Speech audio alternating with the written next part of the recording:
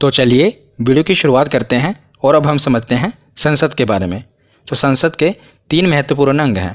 पहला राज्यसभा, दूसरा लोकसभा और तीसरा राष्ट्रपति। राष्ट्रपति भी संसद के महत्वपूर्ण अंग हैं, क्योंकि बिना राष्ट्रपति के हस्ताक्षर किए कोई भी बिल कानून नहीं बनता जब तक उस पर राष्ट्रपति के हस्ताक्षर न हो जाएं। इसीलिए संसद के तीनों महत्वपूर्ण अंग हैं, राज्यसभा, लोकसभा और राष्ट्रपति। तो संसद का वर्णन हमारे संविधान के अनुच्छेद 79 में है। तो जितने भी संविधान के महत्वपूर्ण अनुच्छेद हैं, इस पर मैंने वीडियो बना रखी है। अगर आपने वो वीडियो नहीं देखी तो ऊपर मैं आई बटन पर उस वीडियो का लिंक दे दूंगा, उसे जरूर देख लें। जो महत्वपूर्ण अंग है राज्यसभा, इसका वर्णन अनुच्छेद 80 में है और लोकसभा अनुच्छेद 81 में है।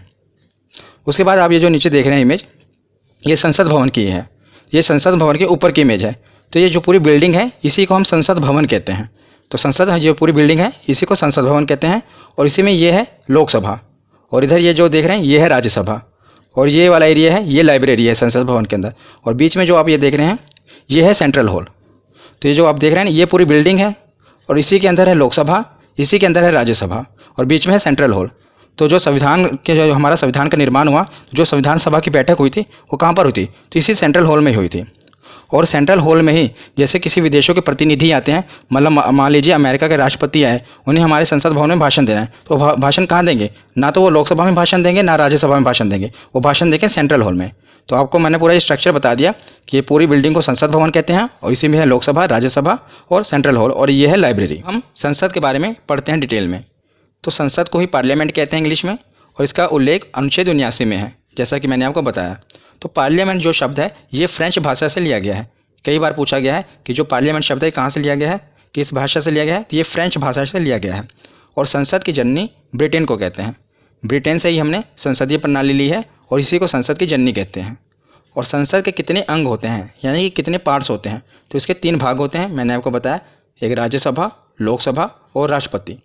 और संसद के कितने सदन होते हैं? दोनों अलग अलग चीज़ें हैं। जब आपसे पूछा जाए कि संसद के कितने अंग होते हैं, तो 3 अंग होते हैं, लोकसभा, राज्यसभा और राष्ट्रपति। पर जब पूछा जाए इसके कितने सदन होते हैं, यानी कि कितने हाउस होते हैं, तो 2 हाउस होते हैं, एक राज्यसभा और दूसरा लोकसभा।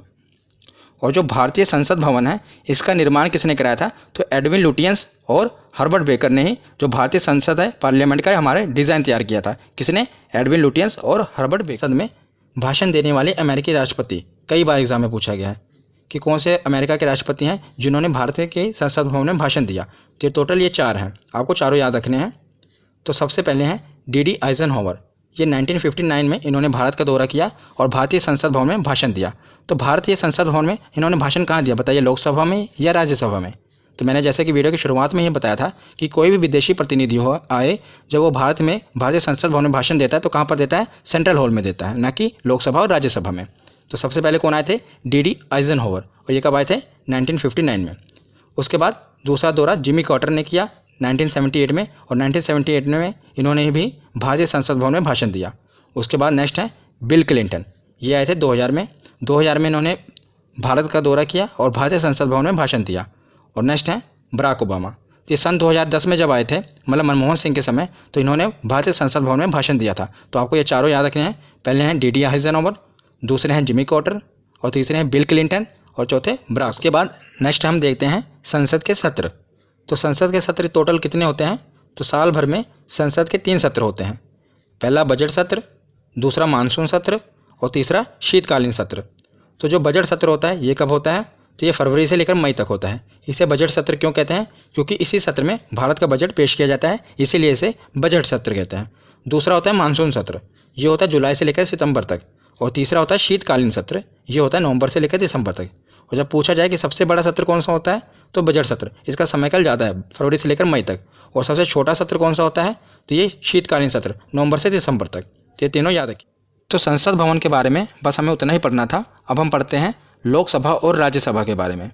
तो लोकसभा और राज्यसभा के कुछ अन्य नाम भी हैं जो सीधा 1 लाइनर क्वेश्चन पूछ लिए जाते हैं कि बताइए निम्न सदन किसे कहते हैं, उच्च सदन किसे कहते हैं। तो मैंने एक ही स्लाइड में सभी को कवर कर दिया। इस तरफ जितने भी हैं ये सभी लोकसभा के अन्य नाम हैं, और इस तरफ राज्यसभा के। तो निम्न सदन किसे कहते हैं? तो लोकसभा को निम्न सदन कहते हैं, और उच्च सदन राज्यसभा को कहते हैं। क्योंकि लोकसभा को भंग किया जा सकता है पर राज्यसभा को कभी भंग नहीं किया जा सकता, इसीलिए इसे उच्च सदन कहते हैं। और हाउस ऑफ पीपल ये लोकसभा को कहते हैं, और काउंसिल ऑफ स्टेट्स ये राज्यसभा को कहते हैं, क्योंकि जो जनता के द्वारा चुने गए प्रतिनिधि हैं ये कहाँ पर जाते हैं, लोकसभा में, और जो राज्यों के प्रतिनिधि होते हैं ये राज्यसभा में जाते हैं। तो जनता का सदन किसे कहते हैं, लोकसभा को, और चर्चित लोगों का सदन राज्यसभा को।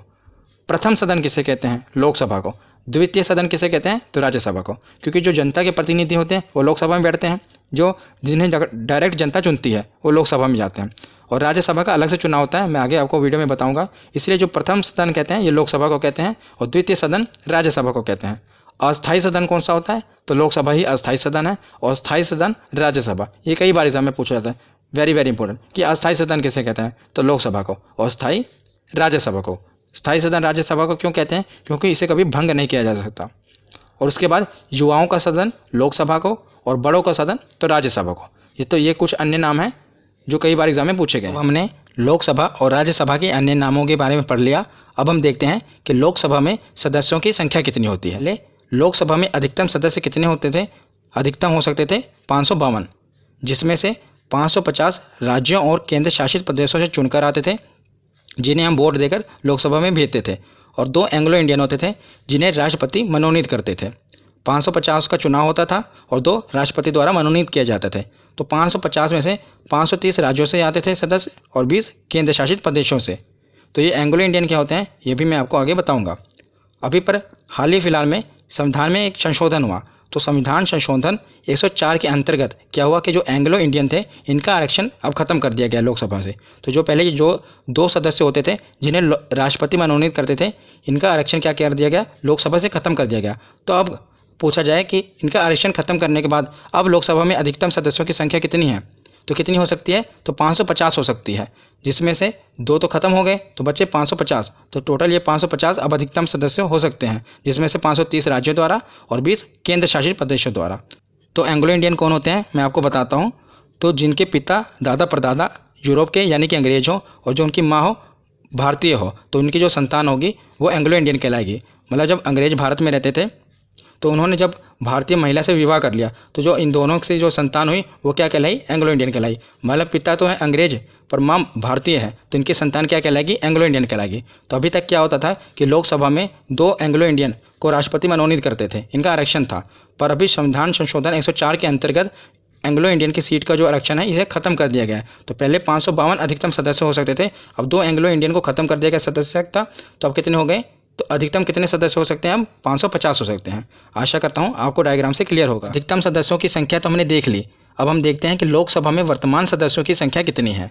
तो आप कंफ्यूज मत होइएगा कि अधिकतम सदस्यों की संख्या कितनी है, वर्तमान सदस्यों की संख्या कितनी है, इसीलिए मैंने डायग्राम से बताया है। तो चलिए मैं आपको एक उदाहरण से और क्लियर कर देता हूँ। मान लीजिए जब आपने किसी कॉलेज में एडमिशन ली थी ग्रेजुएशन करने के लिए, तो उसमें सीटें होती थी ना, लिमिटेड होती थी। मान लीजिए जिसमें आपने एडमिशन ली थी उसमें 50 सीट थी ग्रेजुएशन के लिए, पर जब एडमिशन हुई बच्चों ने कितनी सीटों पर एडमिशन हुई, 45। 5 बच्चों ने एडमिशन नहीं लिया। टोटल कितने बच्चे एडमिशन ले सकते थे, 50। ये है अधिकतम संख्या। पर वर्तमान में अगर पूछा जाए कि उसमें कितने बच्चों ने एडमिशन ली, तो 45। 5 सीटें भी खाली है ना। उसी प्रकार लोकसभा में अगर बात की जाए अधिकतम सदस्यों की संख्या, तो पहले 552 थी, पर अब कितनी है, 550। पर अगर पूछी जाए कि वर्तमान में कितनी है, अधिकतम कितनी हो सकती है, वो तो 550 है, पर वर्तमान में बात की जाए तो 543 है। 545 पहले हुआ करती थी, पर 2 एंग्लो इंडियन का आरक्षण खत्म कर दिया गया। तब कितने सदस्यों की संख्या है, तो 543। और 543 में से 530 राज्यों में से है और 13 केंद्र शासित प्रदेशों में से। पर कहानी यहीं पर ख़त्म नहीं होती। जैसा कि आपको पता है कि अनुच्छेद 370 को ख़त्म कर दिया गया। तो पहले जो जम्मू कश्मीर होता था ये एक पूरा राज्य होता था ना, लेकिन अब इसे क्या किया गया, 2 केंद्र शासित प्रदेशों में बांट दिया गया। एक तो जम्मू कश्मीर और दूसरा लद्दाख। तो इसमें पहले टोटल 6 लोकसभा की सीटें होती थी जब ये राज्य था, लेकिन जब से ये केंद्र शासित प्रदेश बना है तो क्या हुआ, अब इसे डिवाइड कर दिया गया।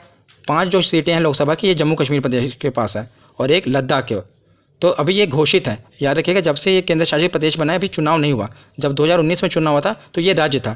तो अभी वर्तमान में बात की जाए तो 530 जो है राज्यों से हैं और 13 केंद्र शासित प्रदेशों से। पर आगे जब चुनाव होगा तो इसमें अपडेशन हो जाएगी। क्या होगा कि जो 6 ये सीटें हैं राज्यों में से कम हो जाएंगी, क्योंकि ये तो केंद्र शासित प्रदेश बन गया, और ये ऐड कहाँ पर हो जाएंगी, केंद्र शासित प्रदेशों में से। तो आगे क्या होगा कि जब आगे पूछा जाए कि जब इस मतलब अभी अपडेट नहीं हुआ है, अभी तो कितना है, अभी पूछा जाए कि वर्तमान में सदस्यों की संख्या तो 530 ही है और राज्यों से और केंद्र शासित प्रदेशों से। लेकिन जब इसमें चुनाव हो जाएगा तो राज्यों में कितनी हो जाएगी, 524, क्योंकि 6 लेस हो जाएगी और यही 6 इसमें केंद्र शासित प्रदेश में ऐड हो जाएगी। तो केंद्र शासित प्रदेशों में से कितनी हो जाएगी, तो 19 हो जाएगी। आशा करता हूँ आपको पूरा डायग्राम से क्लियर हो गया होगा। तो वर्तमान के सदस्यों की संख्या और अधिकतम सदस्यों की संख्या आपको पूरा याद हो गया होगा। उसके बाद हमने पूरा लोकसभा के बारे में देख लिया और राज्यसभा में भी सदस्यों की संख्या देख लेते हैं। इसमें कन्फ्यूज़न है, ये तो आपको आराम से क्लियर हो जाएगा। तो राज्यसभा में अधिकतम सदस्यों की संख्या कितनी हो सकती है? तो 250। तो 250 में से 238 हैं ये राज्यों और केंद्र शासित प्रदेशों से हैं, और 12 को क्या होता है कि 12 जो सदस्य हैं इन्हें राष्ट्रपति द्वारा मनोनीत किया जाता है। 238 तो राज्यों और केंद्र शासित प्रदेशों का प्रतिनिधित्व करते हैं और 12 जो है ये राष्ट्रपति द्वारा मनोनीत किए जाते हैं। तो किन्हें राष्ट्रपति द्वारा मनोनीत किया जाता है, तो इसके बारे में लिखा गया है कि जो कला, विज्ञान, साहित्य और समाज सेवा की फील्ड से हैं उन्हें राष्ट्रपति द्वारा मनोनीत किया जाता है। यानी कि आर्ट्स, साइंस, लिटरेचर और सोशल सर्विस से रिलेटेड हो उन्हें ही राष्ट्रपति द्वारा मनोनीत किया जाता है। तो कितने सदस्यों को? 12। ये है अधिकतम। लेकिन अभी बात की जाए तो वर्तमान में, तो वर्तमान में राज्यसभा के सदस्यों की संख्या कितनी है? तो 245, जिसमें से 12 सदस्यों को राष्ट्रपति द्वारा मनोनीत किया जाता है। तो 245 में प्लस हुए 12 तो बचे कितने? 233, और 233 को राज्य और केंद्र शासित प्रदेशों से चुना जाता है। तो आशा करता हूँ ये भी आपको क्लियर होगा। तो राज्यसभा और लोकसभा के सदस्यों की संख्या के बारे में हमने पढ़ लिया। अब हम लोकसभा और राज्यसभा को डिटेल में पढ़ते हैं कि इससे कौन कौन से प्रश्न बनते हैं। तो इन दोनों को मैंने इकट्ठा ही कवर कर दिया है ताकि आप कंपेयर करके पढ़ें, क्योंकि जब आप कंपेयर करके पढ़ेंगे ना तो आपको ये ज़्यादा देर तक याद रहेंगे। तो इस तरफ है लोकसभा और इस तरफ है राज्यसभा। तो लोकसभा का वर्णन अनुच्छेद 81 में है और राज्यसभा का वर्णन अनुच्छेद 80 में है। तो लोकसभा का कार्यकाल कितना होता है? तो लोकसभा का कार्यकाल होता है 5 साल और राज्यसभा का कार्यकाल, तो याद रखिएगा जब पूछा जाए राज्यसभा का कार्यकाल कितना होता है तो राज्यसभा का तो कार्यकाल अनंत होता है, क्योंकि ये तो कभी भंग ही नहीं होती। पर राज्यसभा के सदस्यों का कार्यकाल होता है 6 साल, याद रखिएगा। तो दूसरा पॉइंट है भंग। तो भंग किया जा सकता है, किसे भंग किया जा सकता है? तो लोकसभा को भंग किया जा सकता है, पर राज्यसभा को कभी भंग नहीं किया जा सकता। ये क्यों नहीं किया जा सकता ये मैं आपको आगे बताऊंगा। तो 2 पॉइंट कवर हो गए, इसे भंग किया जा सकता है, राज्यसभा को भंग नहीं किया जा सकता। तो योग्यता क्या होती है, मतलब जो लोकसभा का चुनाव लड़ेंगे लोकसभा के सदस्यों की योग्यता क्या होगी? तो पहले तो वो भारत का नागरिक हो। दूसरी बात सबसे इम्पोर्टेंट, तो लोकसभा की जो सदस्यों की संख्या है न्यूनतम आयु कितनी होनी चाहिए? तो याद रखिएगा 25 वर्ष, न्यूनतम आयु होनी चाहिए 25 वर्ष, और सरकार के किसी लाभ के पद पर ना हो, और चौथा वो पागल और दिवालिया ना हो। तो ये जो 4 योग्यता होनी चाहिए जो लोकसभा का सदस्य है। राज्यसभा के सदस्यों में भी 3 योग्यता तो सेम ही है। पहला तो वो भारत का नागरिक हो, एक वो भारत के किसी सरकार के किसी लाभ के पद पर ना हो, और पागल और दिवालिया ना हो। पर ये जो सेकंड पॉइंट है ये इंपॉर्टेंट है कि उसकी न्यूनतम आयु कितनी होनी चाहिए? 30 वर्ष। तो लोकसभा में कितनी है? 25 वर्ष, और राज्यसभा में 30 वर्ष। ये कई बार एग्जाम में पूछा गया है। तो राज्यसभा को मैंने आपको बताया था ना, बड़ों का सदन कहते हैं। याद रखिएगा ज़्यादा बड़ी मतलब 30 वर्ष की आयु राज्यसभा में होनी चाहिए और लोकसभा में 25 वर्ष की आयु होनी चाहिए। तो जनता का सदन किसे कहते हैं? ये तो अभी तक आपको क्लियर हो गया होगा कि लोकसभा को जनता का सदन कहते हैं, क्योंकि जनता द्वारा चुने गए प्रतिनिधि इसमें जाते हैं लोकसभा में। और शिक्षितों का सदन किसे कहते हैं? तो राज्यसभा को। जैसा कि अभी आपने देखा ना, राष्ट्रपति किन्हीं किन्हें मनोनीत करता है? जो arts, science, literature, social science service में, इनको राज्यसभा में मनोनीत किया जाता है राष्ट्रपति के द्वारा। और बाकी भी जो राज्यसभा के प्रतिनिधि होते हैं ये बड़े बड़े पॉलिटिशियन होते हैं। मतलब आम आदमी सीधा राज्यसभा में नहीं जा सकता, आम आदमी तो लोकसभा में ही जा सकता है जिसे जनता सीधा चुनकर भेजती है। पर राज्यसभा में जो वोटिंग होती है ये MLA के द्वारा की जाती है, ये मैं अभी आपको बताऊँगा। इसीलिए जो शिक्षितों का सदन होता है ये राज्यसभा है और जनता का सदन लोकसभा है। तो उसके बाद अब हम आगे देखते हैं कि नेक्स्ट पॉइंट है चुनाव। तो लोकसभा में प्रत्यक्ष चुनाव होता है, मतलब चुनाव में जनता भाग लेती है। जहाँ हम ही चुनते हैं ना, हर 5 साल बाद लोकसभा का चुनाव होता है, उसमें जनता भाग लेती है। पर राज्यसभा में अप्रत्यक्ष चुनाव होते हैं। अप्रत्यक्ष चुनाव का मतलब जनता भाग नहीं लेती इसमें, राज्यसभा में। तो राज्यसभा का जो चुनाव होता है इसमें भाग कौन लेता है? तो विधायक यानी कि MLA भाग लेते हैं। MLA वोटिंग करते हैं राज्यसभा में, और लोकसभा में जनता भाग लेती है, इसलिए इसे प्रत्यक्ष चुनाव और राज्यसभा को अप्रत्यक्ष चुनाव कहा जाता है। तो उसके बाद अब हम देखते हैं सदस्यों का चुनाव। तो सदस्यों का चुनाव लोकसभा में होता है 5 वर्ष पर। अभी 2019 में चुनाव हुआ प्रधानमंत्री का लोकसभा में, तो अभी आगे कब होगा? 5 सालों के बाद 2024 में। तो जनता के द्वारा चुने गए जितने भी प्रतिनिधि हैं लोकसभा में जाएंगे, तो 5 सालों के लिए कार्य करेंगे। अगर बहुमत की सरकार हो तब तो लोकसभा में 5 सालों के लिए कार्य करेंगे। तो 5 सालों के बाद ये इस्तीफा दे देंगे तो लोकसभा भंग हो जाएगी।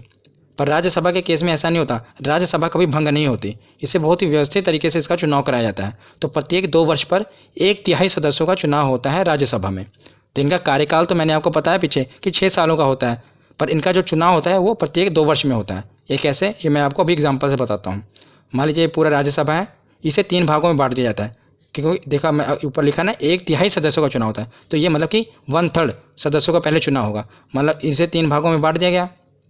तो पहले जो इसमें मेंबर हैं, इस खंड में मेंबर है, इनका चुनाव मान लीजिए 2020 में हो गया।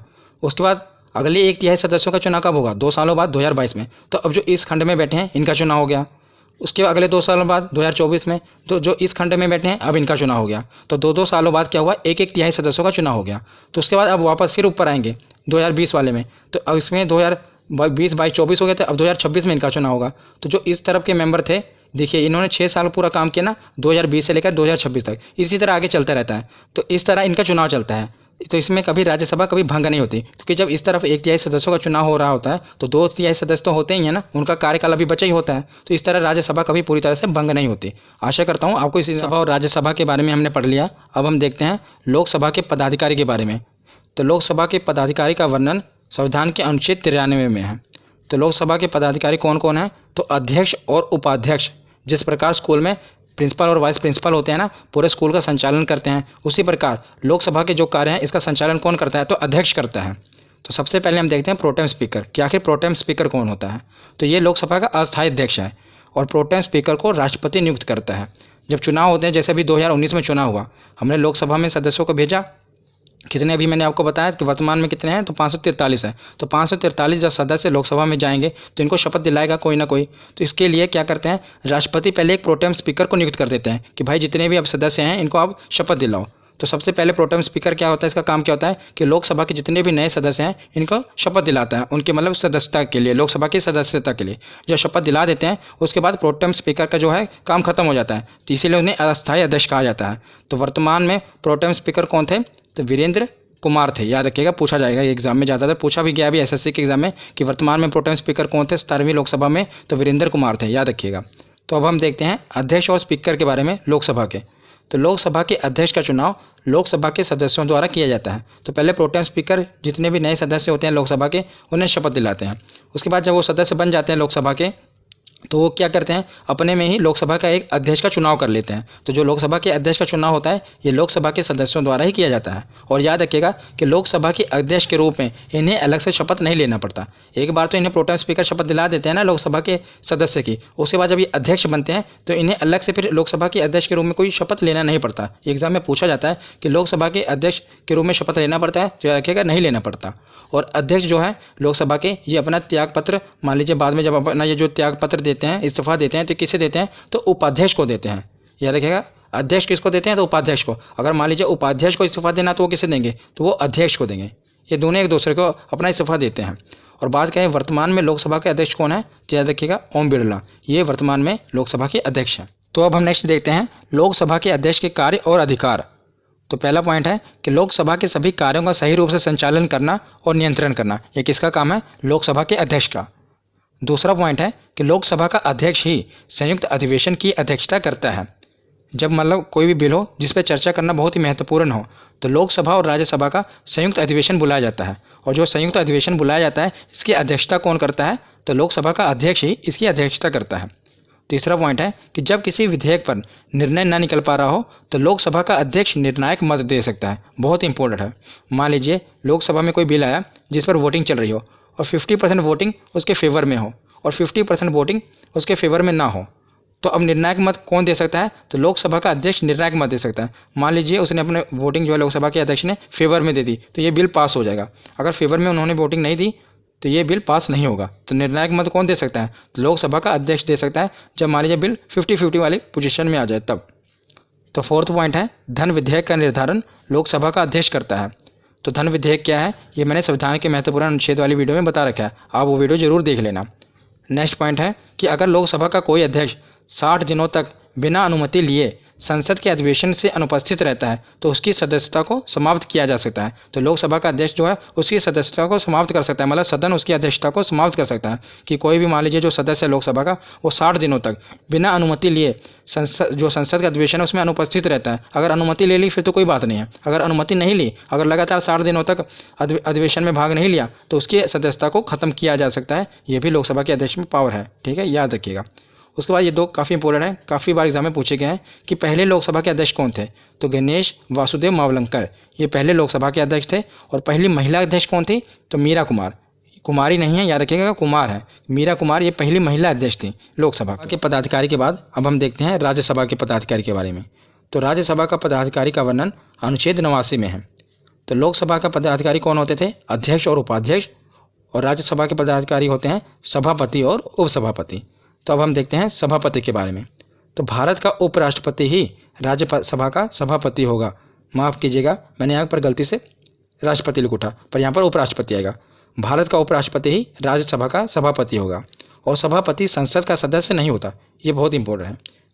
जब हमने लोकसभा में अध्यक्ष के बारे में पढ़ा तो वो संसद का सदस्य होता है, मतलब उस समय लोकसभा का अध्यक्ष होता है, पर जो सभापति होता है ये संसद का सदस्य नहीं होता, ये याद रखिएगा। और सभापति की अनुपस्थिति में उपसभापति उनका कार्य करेंगे। तो मान लीजिए सभापति नहीं है तो उनकी अनुपस्थिति में उपसभापति उनका कार्य करेंगे। और सभापति जो उपराष्ट्रपति होते हैं ये अपना त्यागपत्र राष्ट्रपति को देंगे। ये काफ़ी बार एग्जाम में पूछा गया है, क्योंकि हम गलती कर देंगे कि जो सभापति हैं ये उपसभापति को अपना त्यागपत्र देंगे, पर नहीं, ये उपराष्ट्रपति होते हैं ना, तो जो उपराष्ट्रपति हैं ये राष्ट्रपति को अपना त्यागपत्र देंगे और उपसभापति अपना त्यागपत्र सभापति को। उपसभापति तो सभापति को देंगे, पर जो सभापति हैं ये किसको देंगे? राष्ट्रपति को अपना त्यागपत्र देंगे। याद रखिएगा, काफ़ी बार ये पूछा गया एग्जाम में। और एक आपको और बात बता देता हूँ, जो उपराष्ट्रपति होते हैं इन्हें जो तनख्वाह मिलती है, जो इनको वेतन मिलता है, ये उपराष्ट्रपति के पद के लिए नहीं मिलता, बल्कि जो ये राज्यसभा में सभापति के रूप में काम करते हैं ना, इसके लिए इनको वेतन मिलता है उपराष्ट्रपति को। SB Saroj Kumar सब्सक्राइब कीजिए, इस चैनल को लाइक कीजिए।